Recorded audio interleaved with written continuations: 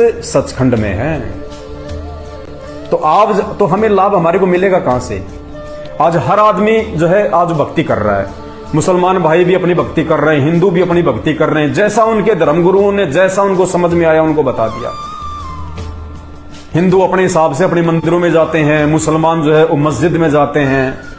अरे एक बात बताओ, जब भगवान एक है उसको पाने का मार्ग भी तो एक ही होगा। तो मुसलमान तो सोचते हैं कि मस्जिद में जाने से अल्लाह मिलेगा, हिंदू सोचते हैं कि मंदिर में जाने से मिलेगा, ईसाई सोचते हैं कि जो है वो चर्च में जाने से मिलेगा, और हमारे जो सिख भाई हैं वो सोचते हैं कि गुरुद्वारे में मिलेगा। अरे भगवान कोई जानवर थोड़ी है जो मंदिर में, मस्जिद में, चर्च में या गुरुद्वारे में वहां के जो पंडित, मुल्ला, मौलवी उन्होंने उसको बांध रखा है कि वहां जाएंगे तो ही भगवान मिलेगा। एक तरफ तो कहते हैं कि भगवान पूरी सृष्टि में है, भगवान तो जो है वो कण-कण में है, तो फिर उन मंदिरों में क्या है? अगर वो कण-कण में भगवान है तो फिर मंदिरों में क्या लेने जाते हो, मस्जिदों में क्या लेने जाते हो? और तुम ही चिल्लाते हो रोज, मोको कहां ढूंढे रे बंदे, मैं तो तेरे पास में।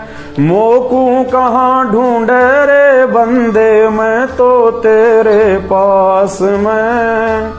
ना तीर्थ में, ना मूरत में, ना एकांत निवास में, ना मंदिर में, ना मस्जिद में, ना काशी कैलाश में, ना काशी। बताओ, तुम ही गाते हो रोज कि ना भगवान मंदिर में है, ना मस्जिद में, ना काशी में, ना कैलाश में, ना तीर्थ में, ना व्रत में।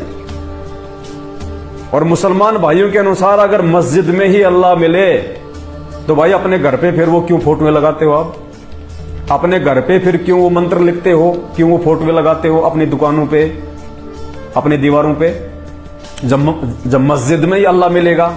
इसी प्रकार हमारे हिंदू भाई अगर मंदिर में ही भगवान मिले तो अपने घर पे फोटोएं क्यों लगाते हो, घर पे पूजा पाठ तुम क्यों करते हो?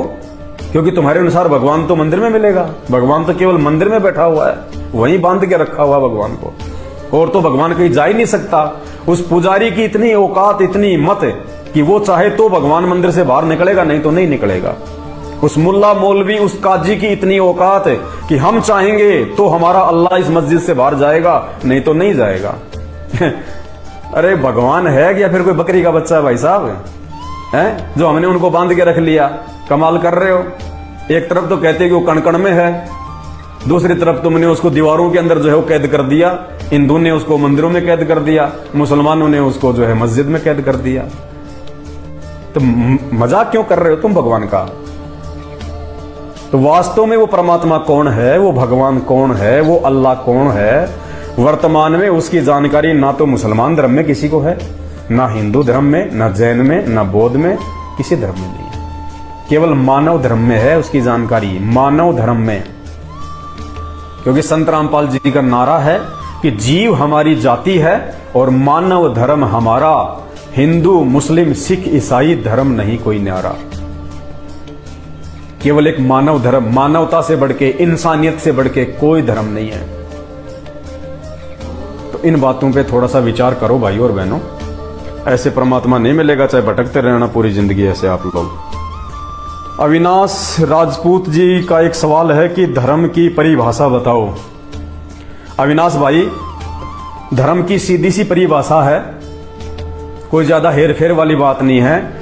धर्म की सीधी सी परिभाषा है कि आपके अंदर इंसानियत जो है वो पैदा हो जाए, जिसको मानने से आपके अंदर धार्मिकता पैदा हो जाए, जिसको मानने से आपको एक आत्म, एक संतुष्टि जो है वो पैदा हो जाए, और आप ये निश्चिंत हो जाओ कि मैं जो भक्ति कर रहा हूं, मैं जो पाठ कर रहा हूं, मैं जो पूजा कर रहा हूं, उससे बढ़ के संसार में और कोई पूजा नहीं है। और वो पूजा गीता जी से जो है वो प्रमाणित होनी चाहिए, वो पूजा वेदों से प्रमाणित होनी चाहिए, मनमुखी रूप से नहीं कि आपके गुरुदेव ने, आपके गुरुजी ने आपको जो मर्जी मंत्र बता दिए, जो मर्जी आपको साधना बता दी और आप उसको जो है वो करने लग गए। धर्म, धार्मिकता किसे कहते हैं, धर्म किसे कहते हैं? असली धार्मिक व्यक्ति वो है जो कभी किसी भी प्रकार के नशे को छुए तक नहीं, हाथ नहीं लगाए। क्योंकि किसी भी धर्म में नहीं लिखा हुआ है कि आपको नशा करना चाहिए। फिर भी हिंदू धर्म में 99% लोग नशा करते हैं। कोई व्यक्ति छूट रहा होगा, लेकिन आज एक भी हिंदू जो धर्म है, जो परिवार है, वो आपको नहीं मिलेगा ऐसा जिसमें कोई नशा ना करता हो।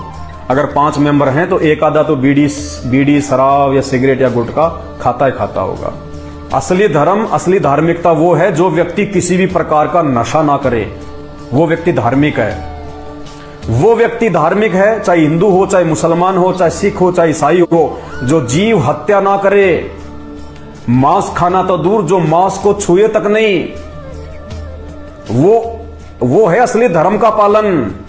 धर्म का मतलब आचरण, अपने जीवन में उन चीजों को लागू करना जिनको हम फॉलो कर रहे हैं, वो है धार्मिकता, वो है मतलब धर्म।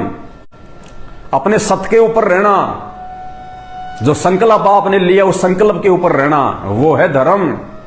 और परमात्मा कहते हैं मांस खाए वो ढेढ़ सब, और मद पीवे सो नीच।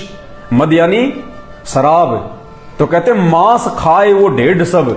ढेढ़ का मतलब नीच व्यक्ति, यानी मांस खाने वाले को तो परमात्मा ने नीच व्यक्ति की संज्ञा दी है कि रे तू भी इंसान और वो भी एक जो है वो आत्मा, तेरे अंदर भी आत्मा और जानवर में भी आत्मा, और तू एक इंसान होके और फिर तू उसको जो है वो काट के खा रहा है। और जब तू उसको काटता है तो क्या चुपचाप वो अपनी गर्दन कटवाता है? बेचारा रोता है, वो चिल्लाता है, वो मुर्गा, वो बकरा, वो तड़पता है, वो देखता रहता है कि अब तेरा नंबर आएगा, मरता रहता है अंदर अंदर। और जब उसको काटने का नंबर आता है तो कितना चीखता है, वो चिल्लाता है, और तुम उसको काट के जो है वो खा जाते हो, चाहे हिंदू हो चाहे मुसलमान हो। तुम्हारे अंदर कोई धार्मिकता है? बस यही धर्म है क्या? असली हिंदू अगर कोई होगा, असली मुसलमान यदि कोई होगा, असली जैनी, बौद्धी या फारसी कोई होगा, मांस को खाना तो बहुत दूर की बात है, हाथ भी नहीं लगाएगा। जीव हत्या की वो कभी सोच भी नहीं सकता। वो पत्थर नहीं है, वो मुर्गा, बकरा, भेड़, वो पत्थर नहीं है, वो आत्मा है, उस अल्लाह की आत्मा है, उस परमात्मा की आत्मा है। एक तरफ तो तुम कहते हो कि मैं ये भक्ति करके मैं अल्लाह प्राप्त करूंगा, मैं भगवान प्राप्त करूंगा, और उसी भगवान के बच्चों को तुम काट काट के खा रहे हो। तुम्हें अल्लाह मिलेगा? नरक मिलेगा, नरक। तो कहते मांस खाए वो ढेढ़ सब, और मद पीवे सो नीच। जो शराब पीते वो नीच। कुल की दुर्मति पर हरे, राम कहे सो ऊंच। अब ये राम का नाम आते हिंदू भाई कहेंगे कि ये लो हमारे श्री राम, ये श्री राम के लिए राम शब्द नहीं है। कहते हैं राम राम सब जगत बखाने। श्री राम को तो सब जानते हैं, राजा दशरथ के पुत्र राजा राम नहीं। राम राम सब जगत बखाने, आदि राम कोई बिरला जाने। आदि राम, श्री रामचंद्र जी से पहले राम कौन था? अरे श्री रामचंद्र जी का जन्म तो त्रेता युग में हुआ है।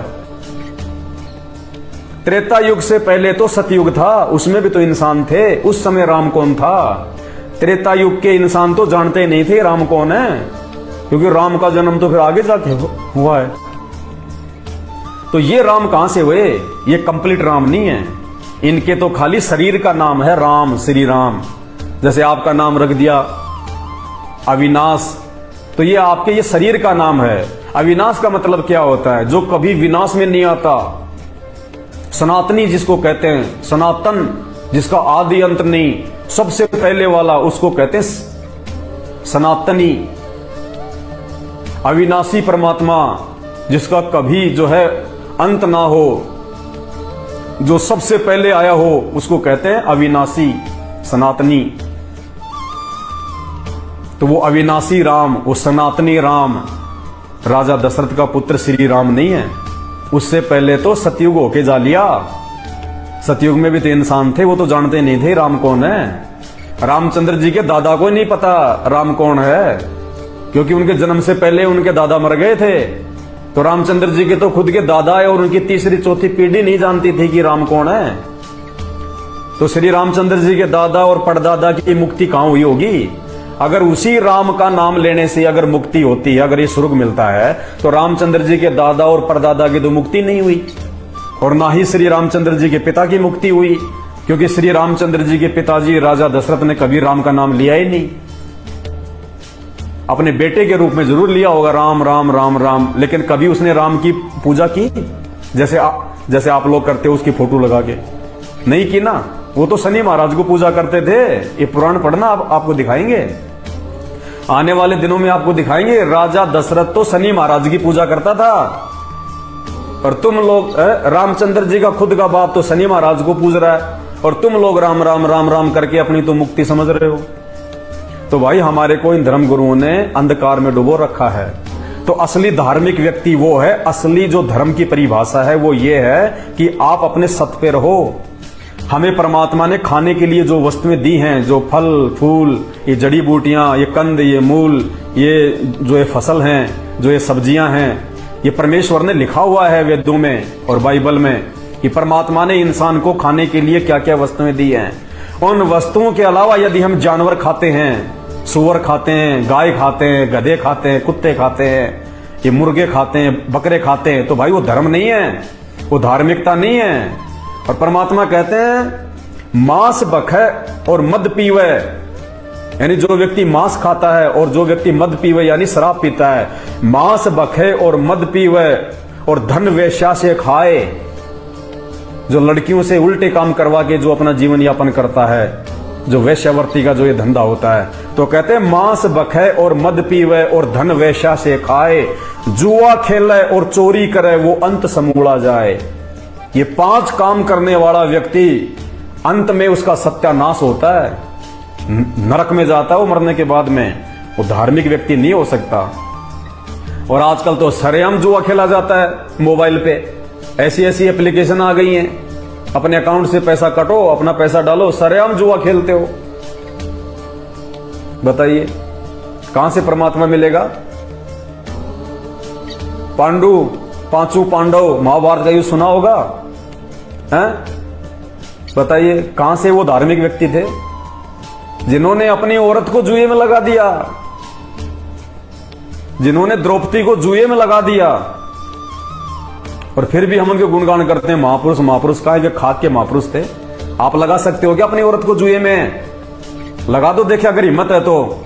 अगर 5 पांडव यदि आपके आदर्श हैं, यदि वो महापुरुष थे, तो उन महापुरुषों के तो पद चिन्ह के अनुसार आज हमारे को भी चलना चाहिए ना, क्योंकि हम उनको फॉलो करते हैं, महाभारत देखते हैं हम, तो हमने उनको फॉलो करना चाहिए, उनकी हर बात को हमने जो है वो फॉलो करना चाहिए। तो पांडवों ने तो अपनी औरत को जुए में लगा दिया था, द्रौपदी को, आप भी लगा दो। वो धार्मिकता नहीं थी, तभी तो नरक में गए। फिर वो अंतिम समय में 5 पांडव श्री कृष्ण जी के कहने पे हिमालय में जाके तपस्या करी, वहां गड़े कि नहीं गड़े, और मरने के बाद सीधे नरक में गए 5 पांडव। तो कहते मांस बखे और मद पीवे और धन वेश्या से खाए, जुआ खेले चोरी करे वो अंत समूला जाए। भाई और बहनों, इस बहम में मत रहना। आज पूरे विश्व में एकमात्र संत, आज विश्व में एकमात्र धर्मगुरु यदि कोई है धरती पे तो संत रामपाल जी है। उनके सत्संग सुनना शुरू कर दो अगर अपना भला चाहते हो तो, वरना अगले जन्म में मरने के बाद में गधा कुत्ता सुअर बनने से कोई माइकल लाल नहीं बचा पाएगा।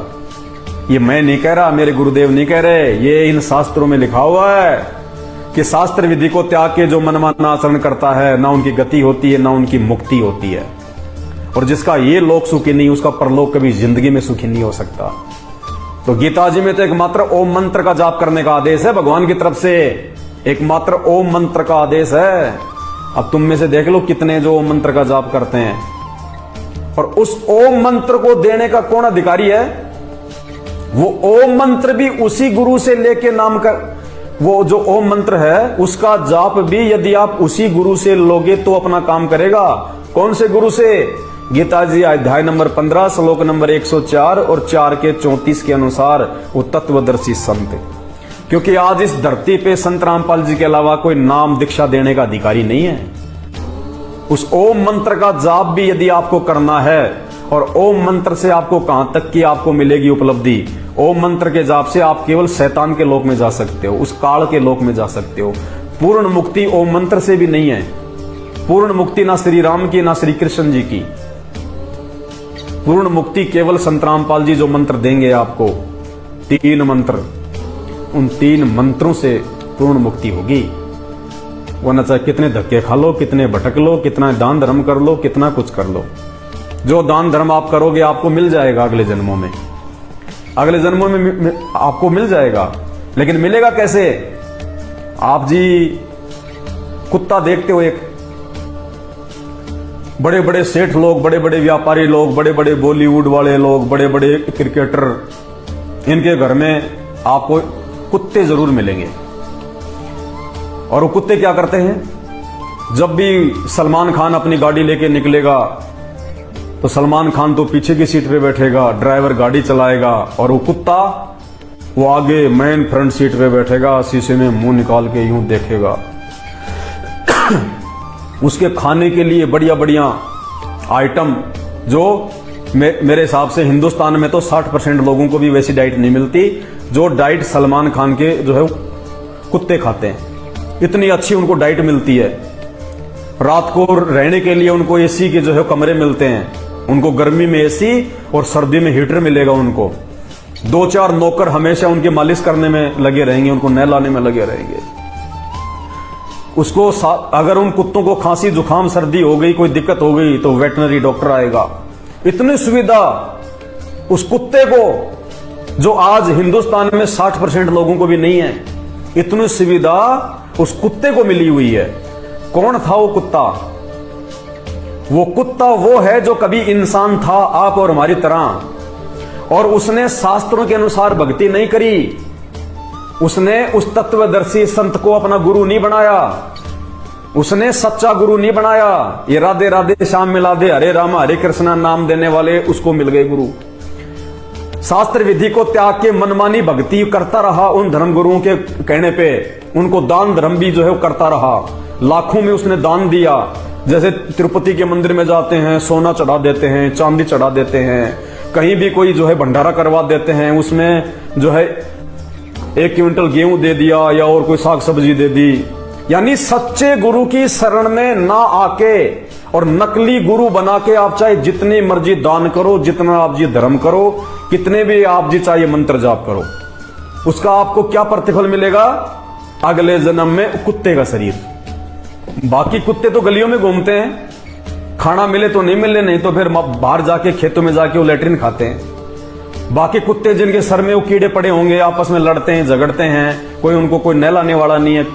कभी बरसात आई तो नहा लिए, नहीं तो नहीं मिलेगा उनको नहाने को। हर आदमी उनको गालियां निकाल देता है, हर आदमी उनको लठ मार देता है। अरे वो उस कुत्ते ने ऐसा वो क्या किया था? सलमान खान वाले उस कुत्ते ने ऐसे कौन से जो है अच्छे काम किए थे?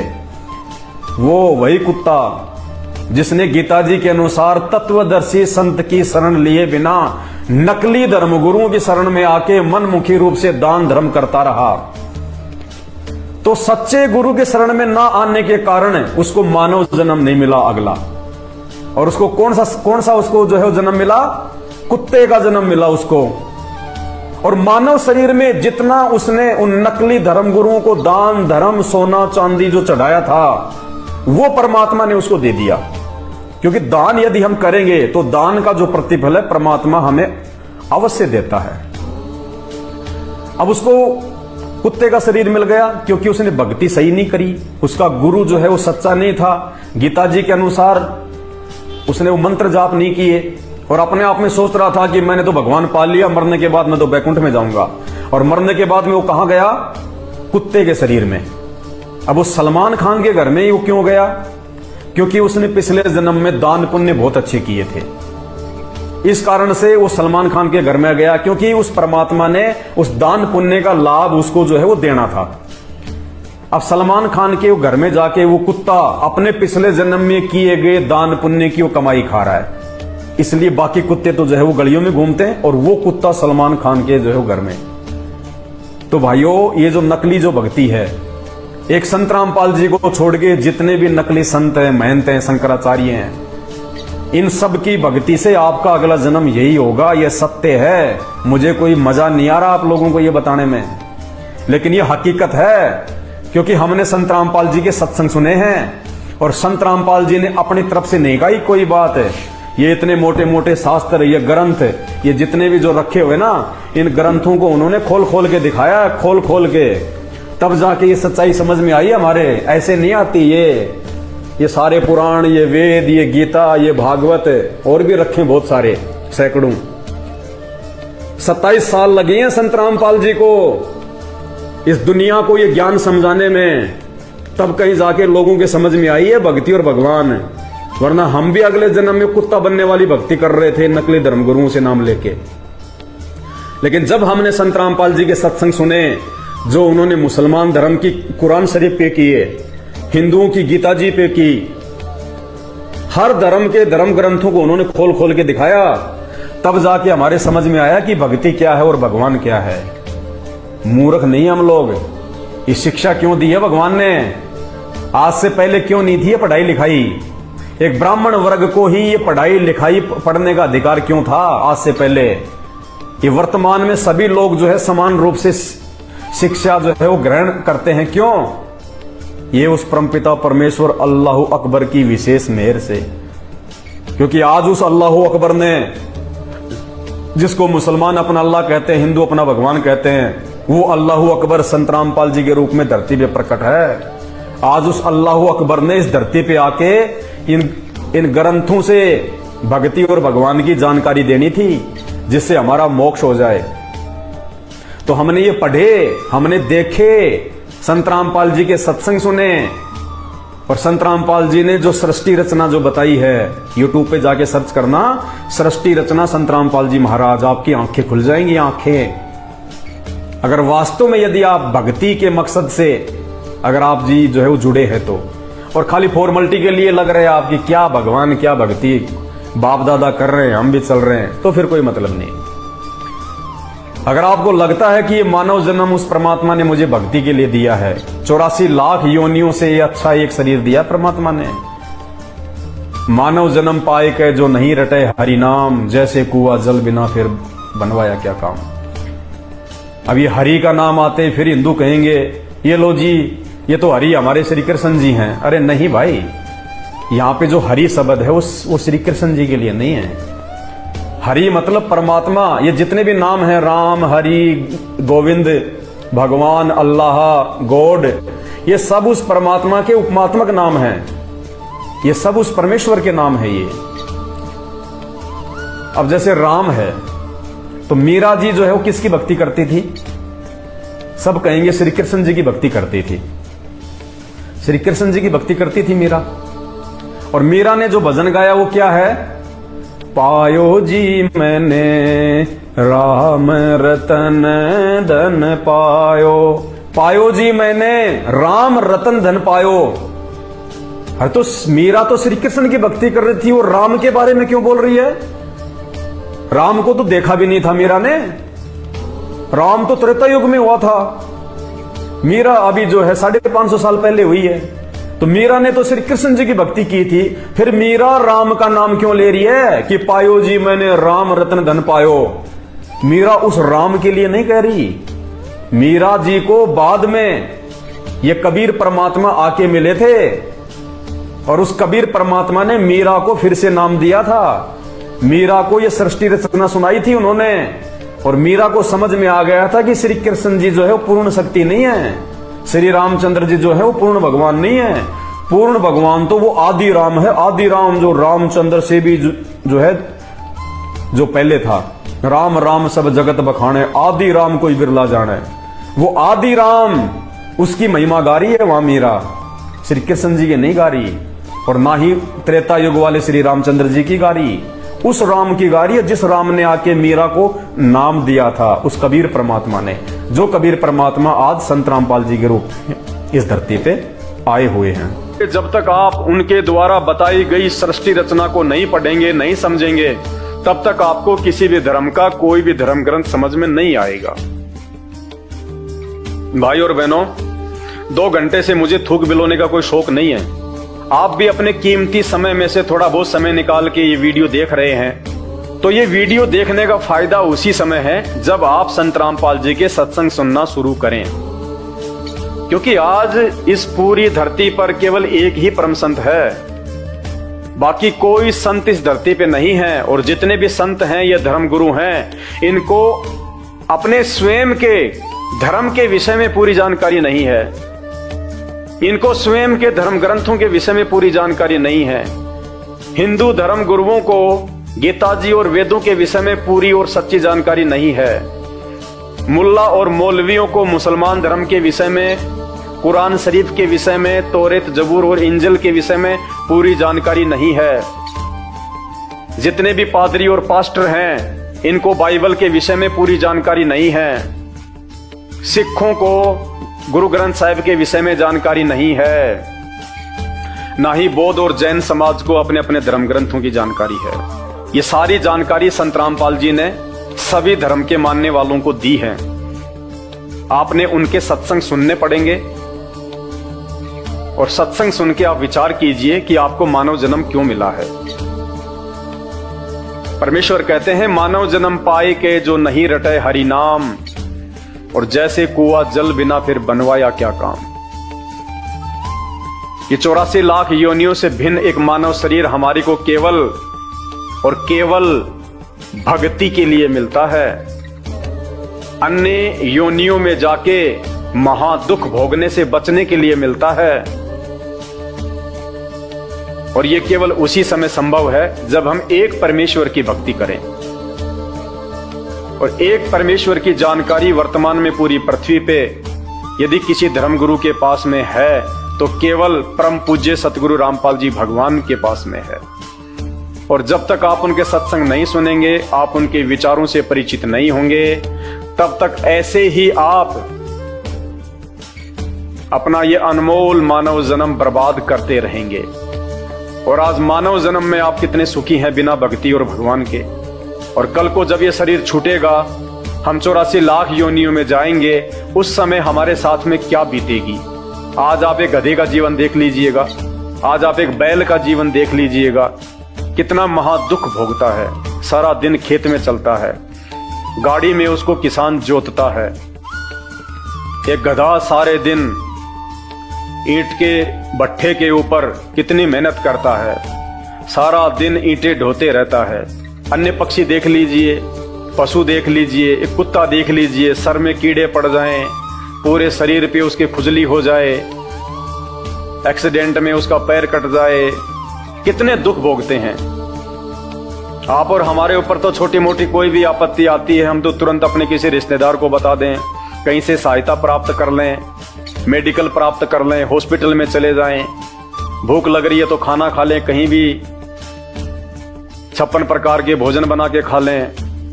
और कल को जब भक्ति सही नहीं करेंगे, और ये तो विधान है परमात्मा का, ये मोटे मोटे ग्रंथ भगवान ने कोई ऐसे थोड़े ना लिखवाए, मजाक में थोड़े लिखवाए। चारों वेद और ये गीता जी, ये पुराण, इनमें भक्ति और भगवान के विषय में जानकारी है। इस मानव शरीर से हमें क्या करना चाहिए उसकी जानकारी है। और यदि हमने वो कार्य नहीं किया, संत रामपाल जी की शरण में आके एकमात्र पूरे विश्व में उस तत्वदर्शी संत की शरण प्राप्त करके यदि हमने एक परमात्मा की भक्ति नहीं की, तो अगला जन्म 84 लाख योनियों का। फिर हमें ना कोई सत्संग के विषय में बताएगा, ना कोई समझाएगा, ना हम समझने के लायक रहेंगे। कहते माता पिता मिल जाएंगे लख 84 माही, सतगुरु की सेवा और भक्ति ये फेर मिलन की नाही। आज अनजाने में लोग कहते हैं माता पिता ही हमारे गुरु हैं, माता पिता ही हमारे गुरु हैं। बहुत अच्छी बात है, वो भी गुरु हैं, उन्होंने भी आपको जीवन जीना सिखाया है, बचपन में आपको शिक्षाएं दी हैं। लेकिन बिना आध्यात्मिक गुरु के वो माता पिता भी मरने के बाद 84 लाख योनियों में जाएंगे, और आप भी 84 लाख योनियों में जाएंगे। वहां पे ना आपको माँ बचाएगी, ना आपको वो पिता बचाएगा। तो ये परम पिता परमात्मा इस धरती पे प्रकट है, सबका पिता है, सबकी माँ है। ये हमें सत्य आध्यात्मिक ज्ञान देके 84 लाख योनियों से भी बचाएंगे। और इस शरीर में रहते सहते यदि हमारे ऊपर कोई संकट आना होगा, कोई परेशानी या कोई दुख आना होगा, हमारे कोई प्रारब्ध का, हमारे कोई पूर्व जन्मों के कुकर्मों का, उसको भी संत रामपाल जी अपनी भक्ति से काटने में समर्थ हैं। आपके ऊपर वो कष्ट नहीं आने देंगे यदि आप उनके मर्यादा में रह के भक्ति करेंगे। तो मेरी केवल आपसे विनती है, आपसे प्रार्थना है, मैं आपको केवल समझा ही सकता हूं, बता ही सकता हूं, जानकारी ही दे सकता हूं। बाकी प्यास आपको होनी चाहिए, भूख आपको होनी चाहिए, तभी आप उस चीज को प्राप्त जो है वो कर पाएंगे। तो आज के वीडियो में केवल इतना ही। आगे फिर परमपिता परमेश्वर के आशीर्वाद से आप सभी भाई बहनों के मार्गदर्शन के लिए वीडियो आते रहेंगे। अभी तक यदि आपने हमारे Facebook page Pawan Das is live को फॉलो नहीं किया है तो आप जी फॉलो करें, वीडियो को शेयर करें, ताकि यह जानकारी अन्य भगत भाई बहनों तक भी पहुंचे जो अभी उन अज्ञानी और नकली धर्मगुरुओं के चक्कर में अपने मानव जीवन को बर्बाद कर रहे हैं। बंदी छोड़ सतगुरु रामपाल जी भगवान की जय हो।